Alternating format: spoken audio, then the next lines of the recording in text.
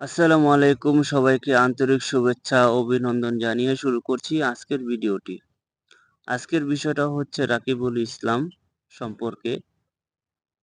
রাকিবুল ইসলামকে সম্মান করি, ইজ্জত করি। তিনি একজন সিনিয়র মানুষ, বড় ভাই, কওমি আলেমগণ মধ্যে উনি একজন উচ্চ মাপের একজন আলেম মনে করি। উনার কথায় বোঝা যায় যে উনি অনেক বড় আলেম। উনি অনেক কিছু জানেন। মাসলা মাসলিক সম্পর্কে অনেক তথ্য উনার কাছে আছে। তো এখন বিষয়টা হচ্ছে যে এই রাকিবুল ইসলাম উনি আহলে সুন্নাত ওয়াল জামাতকে তিনি বিদ্রোহী মনে মনে করেন এবং তিনি এইসব বিষয়ে কুৎসিত মন্তব্য করেন। আহলে সুন্নাত ওয়াল জামাতের যে সমস্ত আলেম আছেন এবং পীর মাশায়েখ যারা আছেন এবং সাধারণ আ মানুষ যারা আছেন আহলে সুন্নাত ওয়াল জামাতের, তাদের সকলকে উনি বেদাতি চোখে দেখেন এবং অন্যায়কারী হিসাবে দেখেন। এটা জাতির কাছে Facebook, YouTube এ তিনি উপস্থাপনা করে থাকেন। আমার কথা হচ্ছে যে রাষ্ট্র কখনো একজন অন্য আকিদার মানুষকে কুৎসিত মন্তব্য করা এবং অহেতুক তোহমত দেওয়া এগুলা কখনোই বরদাস্ত করে না। তো কোনো সংবিধানও এই সমস্ত নাই। আমার কথা হচ্ছে যে রাকিবুল ইসলামের যে আকিদা, যে মত, তিনি তারটা পরিচালনা করবেন। তার দর্শকরে তিনি ভালো, ভালো উপদেশ দিবেন, এটাই আশা করি। কিন্তু অন্য যে আকিদার মানুষ আছেন, সুন্নি জামাত আছেন বা আরো অন্যান্য যারা আছেন তাদেরকে নিয়ে উনি মন্তব্য করতে পারেন না। এই ইখতিয়ারটা তার নেই। কিন্তু তবুও তিনি করে যাচ্ছেন। এখন বিষয়টা হচ্ছে উনি এই যে একটা জিনিস খেয়াল করে দেখবেন যে উনার ফেসবুকে বা ইউটিউবে উনি উনার নিজস্ব একটা হোয়াটসঅ্যাপ নাম্বার এড করে দিয়েছে, যাতে মানুষ উনার সাথে অ্যাক্টিভ হতে পারে, যোগাযোগ রাখতে পারে। আর কিছু, কিছু মানুষ আছে যারা এই সমস্ত ইসলাম বিদ্রোহী বিষয় নিয়ে যারা খোঁচাখুচি করতে খুবই ভালোবাসে, পছন্দ করে। তো উনি এই সিস্টেমটা চালু করে রেখেছে উনার ফেসবুক, ইউটিউবে হোয়াটসঅ্যাপ নাম্বার বা ইমো নাম্বার। আর সেখানে মানুষ গিয়ে নক করে, তার সাথে যোগাযোগ করে। আর বিভিন্ন বিষয় নিয়ে খোঁচাখুচি ইসলামিক বিদ্রোহীমূলক আলোচনা শুরু করে দিয়েছে।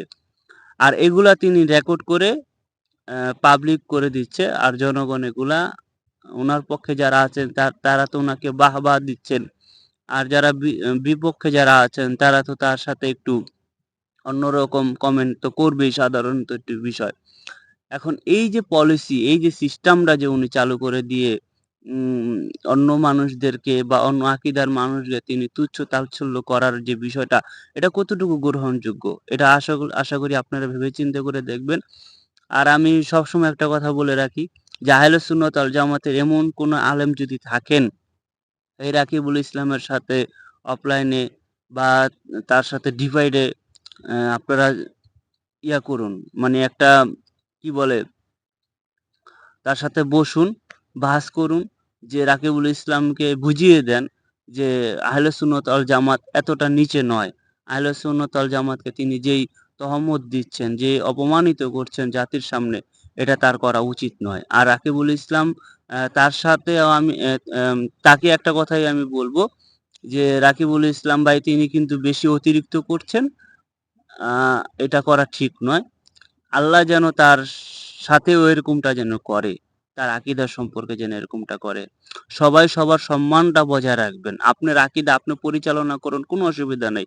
আমার আকীদা আমি পরিচালনা করব, এটাতে কোনো অসুবিধা নেই। মিলাদ কিয়ামকে তিনি ১৭২ বার লাথি মারি এই সমস্ত শব্দচরগুলি উনি ব্যবহার করেছেন। কে কেন ভাই?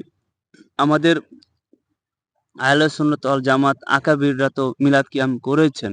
আপনি কি এই সমস্ত তথ্যর ব্যাপারে কি ধারণা কি আপনার নাই? অবশ্যই আছেন। কিন্তু আপনার কওমি ঘরানার দেখে আপনি মিলাদ কিয়াম আপনার আকাবিররা করেননি, এইজন্য আপনি করছেন না। তাই বিরোধিতা করছেন। মিলাদের বিপক্ষে যাওয়াটা একটা অন্যায়ের একটা বিষয়। আপনার ভালো লাগে না, আপনার দল করে না, আপনি সেটা করবেন না। আপনি জাতিকে কেন ভুলভাল তথ্য দিচ্ছেন? আহলে সুন্নাত ওয়াল জামাতের ভিতরে কেন তহমত দিচ্ছেন? এই অধিকারটুকু আপনাকে কে দিয়েছে ভাই? আমি বারবার আমার চ্যানেলে বা আমার ভিডিওতে আমি আপনাকে সবসময় বার্তা দিয়ে যাচ্ছি যে আপনি এগুলা করবেন না, আপনি এগুলা করবেন না। কিন্তু তবুও দেখি দিন, দিন পর আপনি এগুলা চালু করে রেখেছেন। তো সবাই ভালো থাকুন, সুস্থ রাখুন। আর রাকিবুল ইসলাম ভাইকে তাকে আপনারা চিনে রাখুন। তার সম্বন্ধে এনালাইজ করুন। তার ভিডিওগুলো দেখতে পারবেন যে উনি কোন ধরনের কোন ক্যাটেগরির আ কথাবার্তা বলে। বাংলা একটা কথা আছে যে, "বাঁশ ভাঙে তো বাস মচকায় যায় কিন্তু বাঁশ ভাঙে না।" তার সাথে যেই কথা বলুক উনারে সবসময় উনি ঠাপাইয়ে রাখে, এ রাকিবুল ইসলাম। ঠাপায় রাইখাই উনি উনার কথাবার্তা স্টার্টিং করে, বলা শুরু করে। খেয়াল করবেন উনার বিষয়গুলা। কতটুকু তার আদব তার ভিতরে আছে। তো ভালো থাকুন, সুস্থ থাকুন। এই বলে বিদায় নিচ্ছি। আসসালামু আলাইকুম।